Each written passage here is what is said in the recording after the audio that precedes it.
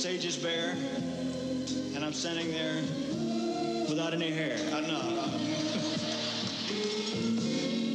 And you will come back to me. What the heck with it? Is your heart filled with pain? Shall I come That's terrible to watch, actually, yes. Irene Handy. Yes, it is. It's painful. Very painful. Now, you've apparently been an Elvis fan for many, many years. Why Yes. Why is that? Well, it was just an enchantment. It was like you fall for anything beautiful, a horse, a nightingale, anything. I don't care what it is. His voice for me was everything. I'd drop anything and come running if I heard it on the radio. So it wasn't the gyrating hips? Oh, I liked him, yes. Oh, yes, I liked everything about him as a boy, as a young man. He was simple, countrified, polite, beautiful, and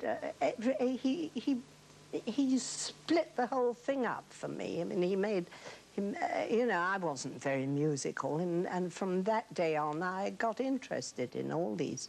What were your favourite numbers of his? The early Well, ones, Heartbreak Hotel, Hound Dog. I just like his voice. I've got all his early records, which I love.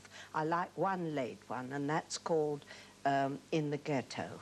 And do you play them all now? Oh, yes. Well, they're sort of lace now. They're all open work. I've played them so much. And you've seen, I mean, you like him enough to have been to see a preview of this film. Yes. What do you think of it? Well, it was a collage. I'd seen all that before because I'd seen Elvis in concert and Elvis on tour, and also that thing that they did at the Astoria, you know, and then people showered the Elvis books on me, so... What do you think went wrong with him, though? I mean, why do you think he ended up... Well, it was all too much, too early. He had no education. His family had no education. He had no guidelines or anything. They adored him. They were a very happy, closely knit family, but this isn't enough, and he didn't have a manager that cared two hoots. I mean, he was just all the more sweatshirts and teddy bears and all that sort of thing. But do you think anybody could have saved him from his eventual fate? They might have. The earlier, the better, because later, of course, he became absolutely fixed in his own image. And I think he was disgusted with himself at the end. I think you can see it in his face. Do you? Yes. I think disappointed. And I can't bear to look at the last ones. It disappointed you too, did it? No, I mean that self-disappointment. It's a terrible thing, really. And after all, I mean, a lot of it, I'm sure, could have at least been delayed, if not, need never have happened. Well, Irene Handl, thank you very much. Thank you. We're going to end now by... do you remember when Elvis was on the Ed Sullivan show? Do you remember that? And they had to do him from the waist up. Yes. Because they said that his hips were obscene and they shouldn't be seen. But his Adam's apple was still... Was it? Doing it. Yes, yes. Well, we're going to have a look at that now because for the sake of propriety, this is what happened. They cut him off from the waist upwards. Here he is on telly with Ed Sullivan. My biggest record, and... it goes something like this.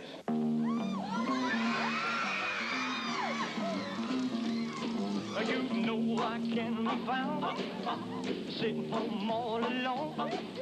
If you can't come around, at least please telephone.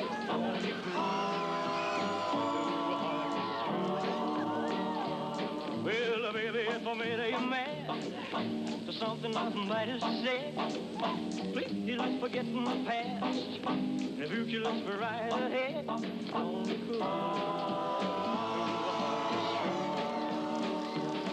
don't want no other love. Baby, it's just you I'm thinking of.